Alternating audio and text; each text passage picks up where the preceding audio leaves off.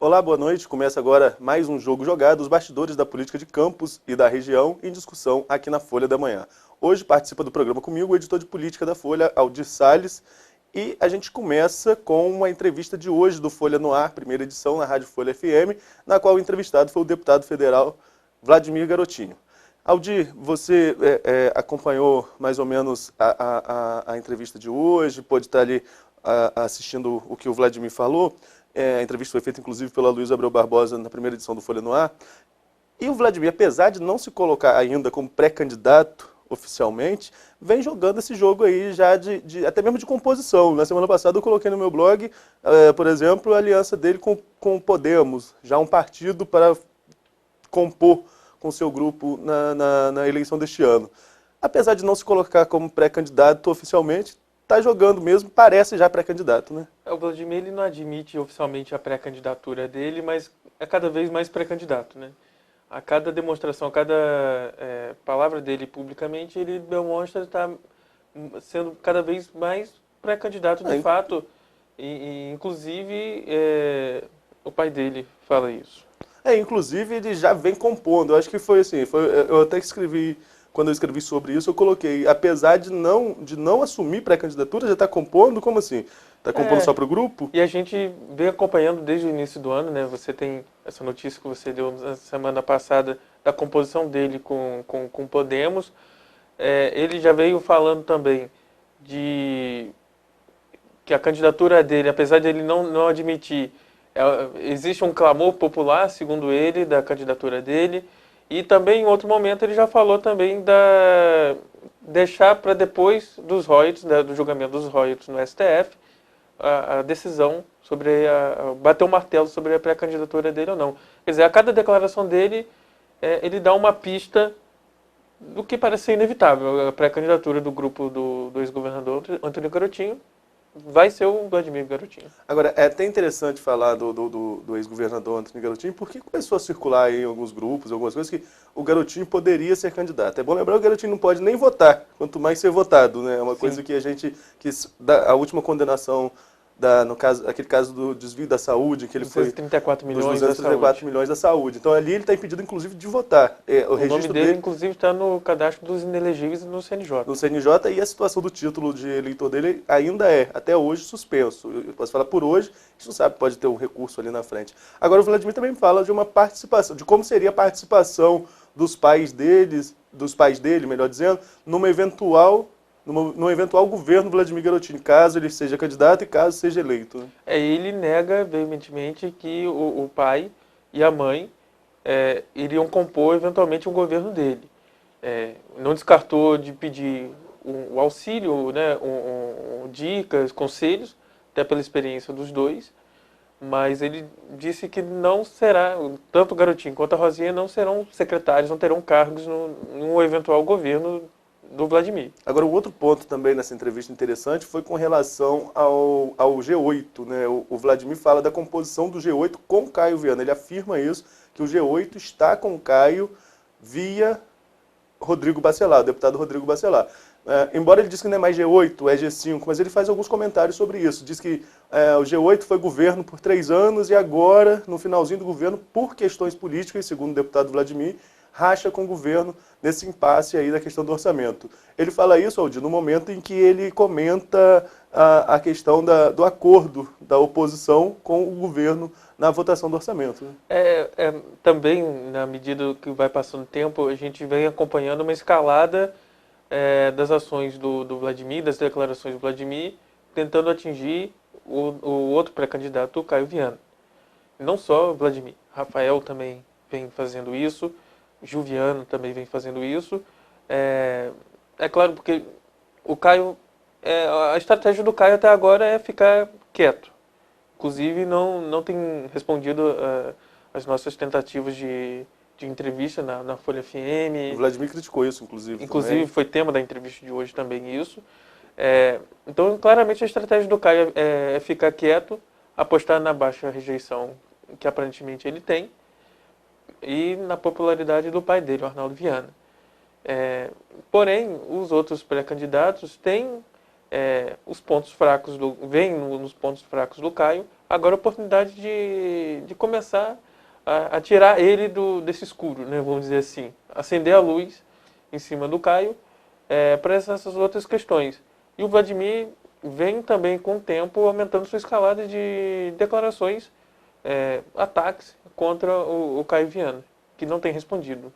Não, a estratégia de Caio é o silêncio, pelo jeito, né? A gente já tá batendo nisso há algum tempo. Agora, só voltando um pouquinho essa questão do G8, o Vladimir é muito claro na entrevista ao dizer que há uma ligação entre o G8 e Caio, na visão dele, e essa ponte seria o Rodrigo Bacelar, né, que, como a gente já falou aqui em outras oportunidades, estaria aí fazendo essa articulação de bastidor, um jogo que ele joga muito bem, diga-se de passagem, né? Sim, desde lá da festa de Santa Amaro ficou bem claro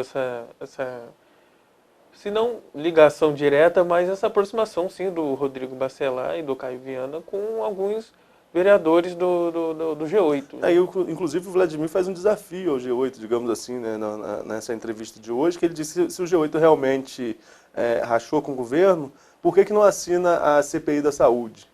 Que é uma cobrança da oposição de abrir uma CPI para a questão da saúde. Já está tudo pronto, ele diz, está tudo pronto, falta só assinatura. Então ele desafia ali a oposição. E ele comenta também sobre os pré-candidatos, né? Ele fala não só do Caio, ele fala também sobre outros pré-candidatos, né? Ele fala a escalada de críticas do Vladimir ao Caio não diminuiu a escalada de crítica deles a outros pré-candidatos, principalmente ao prefeito Rafael Diniz, quem ele falou que abre aspas, né, vendedor de ilusões, fecha aspas.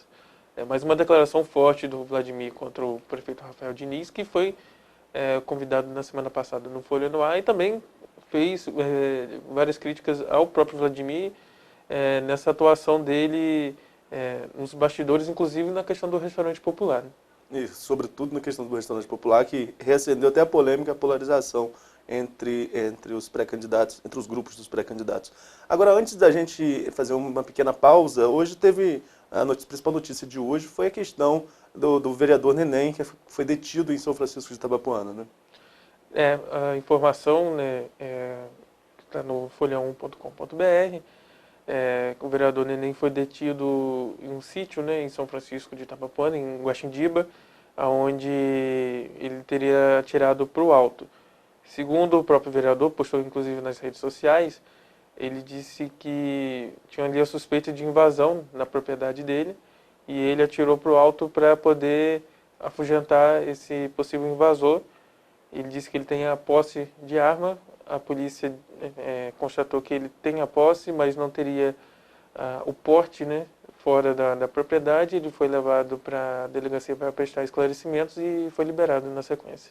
Bem, então nós vamos agora fazer uma pequena pausa. No próximo bloco, nós vamos falar sobre CPI do Fundecam, na verdade, os desdobramentos pós-CPI do Fundecam e também dos bastidores da política em São Francisco de Itabapoana.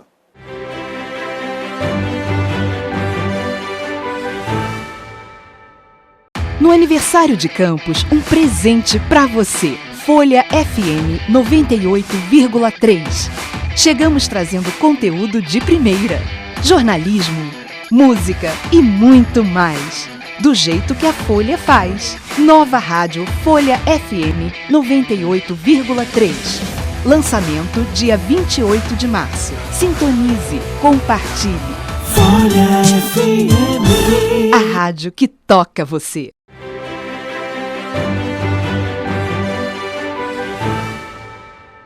Estamos de volta com o Jogo Jogado, hoje aqui comigo, o editor de política da Folha, Aldir Salles. Estamos falando sobre os bastidores da política de Campos e também vamos falar sobre a região, sobretudo São Francisco, que vai estar em pauta nesta semana no Folha no Ar, primeira edição, na Rádio Folha FM, a partir das 7 da manhã. Bem, antes da gente entrar no campo político, só falar um pouquinho sobre a manchete da edição desse domingo da Folha, que fala sobre a questão dos esforços da Prefeitura para aumentar a arrecadação própria. Se pegar, a gente fez um comparativo dos anos de 2015 com 2019, a arrecadação própria do município aumentou em pouco mais de 77 milhões, o que mostra um esforço do município para tentar alcançar aí um fim de uma dependência dos royalties. Mas é bom lembrar que o que se aumentou é muito pouco em relação ao que se perde com royalties e participações especiais. Foram mais de 200 milhões em perdas no ano passado, mas mostra um esforço da administração pública em aumentar a receita própria, tentar diminuir a dependência dos royalties.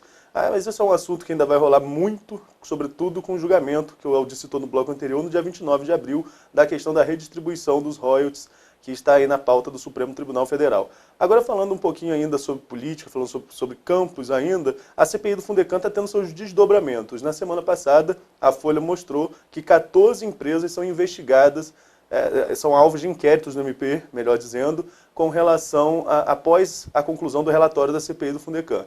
Ontem, na edição de ontem, a Folha trouxe que 2 vereadores são citados. A matéria é do Aldir, então acho que ele pode falar até melhor do que eu com relação a isso. Quem são esses 2 vereadores e como eles são citados? Até para trazer o contexto, né? A CPI do Fundecam, que aconteceu na Câmara de Campos, foi concluída no ano passado, e dessa CPI geraram 14 inquéritos que estão nas mãos do MP, 12 desses processos na 2ª Promotoria de Tutela Coletiva, que tem como titular o promotor Marcelo Lessa. E desses 12 inquéritos, pelo menos em dois deles, vereadores são citados.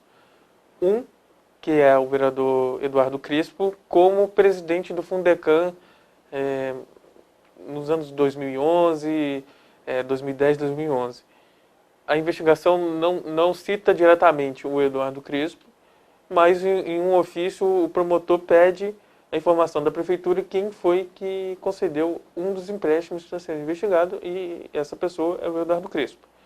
Ele disse que, em resposta na nossa matéria, ele negou qualquer tipo de irregularidade e, inclusive, que está à disposição da Justiça para prestar qualquer esclarecimento.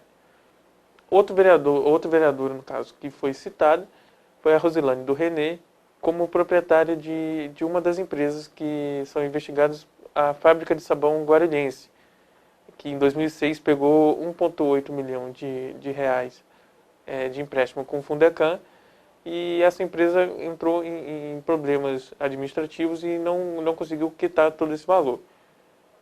A Rosilane e o marido dela, o René Siqueira, que são os proprietários dessas empresas, eles falaram que não eram donos da empresa na época do empréstimo, que eles pegaram essa fábrica em 2013, e citaram que a família Pita seria a dona dessa empresa no ato do empréstimo. Por sua vez, a família Pita também respondeu à nossa reportagem, reconheceu que houve a dívida, mas que como a empresa foi vendida, a dívida também passou para os atuais proprietários, e que os dois, tanto a família Pita quanto os atuais proprietários, tentam negociar essa dívida com a prefeitura.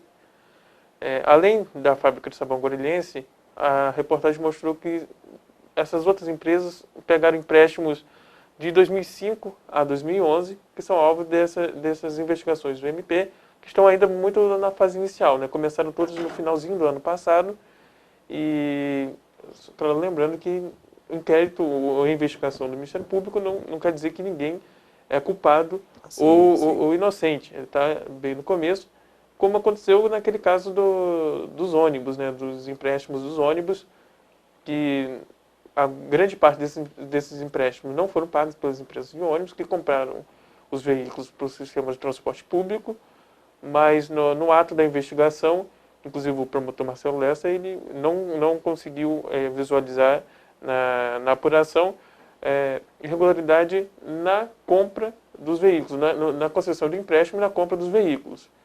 E, enfim, tem muita coisa ainda, tem muita água para rolar debaixo dessa ponte aí. Agora, quando a gente fala desses empréstimos, a gente pode citar valores também, né? Hoje, você lembra o valor corrigido em quanto que está? Cerca de quanto? São cerca de 148 milhões, aproximadamente. Só desses 14 contratos? Desses 14 contratos. 148 em valores corrigidos ou 148 em valores da época? Em valores corrigidos. São 148 milhões, sem contar juros, desdobramentos depois dessa dívida, né? E, inclusive, o relatório da CPI cita outras empresas, mas foram 14 que foram alvos dessa CPI, desses inquéritos, por suspeita de irregularidades na concessão do empréstimo. Agora, um outro tema que volta à pauta, sobretudo nessa semana com força, no Folha no Ar, primeira edição, é a política de São Francisco de Itabapoana, né? Possíveis candidatos, né, não posso colocá-los como pré-candidatos ainda, possíveis candidatos do município vão estar participando do programa nessa semana, né, Aldir? É isso mesmo, Arnaldo. A gente já até comentou um pouco, né, na última semana sobre a política de São Francisco, quando o Thiago Henrique esteve aqui também. E nessa semana vai entrar de vez na pauta do Folha no Ar, também na Folha FM, com o Marcelo Garcia, né, que será convidado de amanhã. E na quarta-feira, o José Renato, também outro pré-candidato a prefeito em São Francisco. A Francimara Barbosa Lemos, a atual prefeita, também foi convidada, mas está ali vendo a questão de agenda. A gente já convidou ela de outras vezes, mas a agenda nunca bateu, mas a porta está sempre aberta. Agora, o interessante dessas duas entrevistas, aí eu posso falar um pouquinho desse jogo lá de São Francisco, o interessante dessas duas entrevistas é que um dos dois provavelmente será o candidato do grupo do ex-prefeito Pedrinho Xerene. E existe, como eu falei aqui no outro programa, existe um ressentimento por parte do grupo de Pedrinho Xerene com o Marcelo Garcia. Marcelo, ele está no PSDB, acredito que ainda esteja no PSDB, mas assim, foi candidato a prefeito pelo PSDB em 2016 e a candidatura dele é vista como o fiel da balança que deu a vitória a Francimara por 111 votos, 113 votos, estou na dúvida agora com relação ao número, mas não mais que isso. Pelo grupo de Pedrinho foi visto como fiel da balança. Eles acham que, o grupo acha que se o Marcelo não fosse candidato a prefeito, o Pedrinho poderia ter sido reeleito naquela campanha de 2016.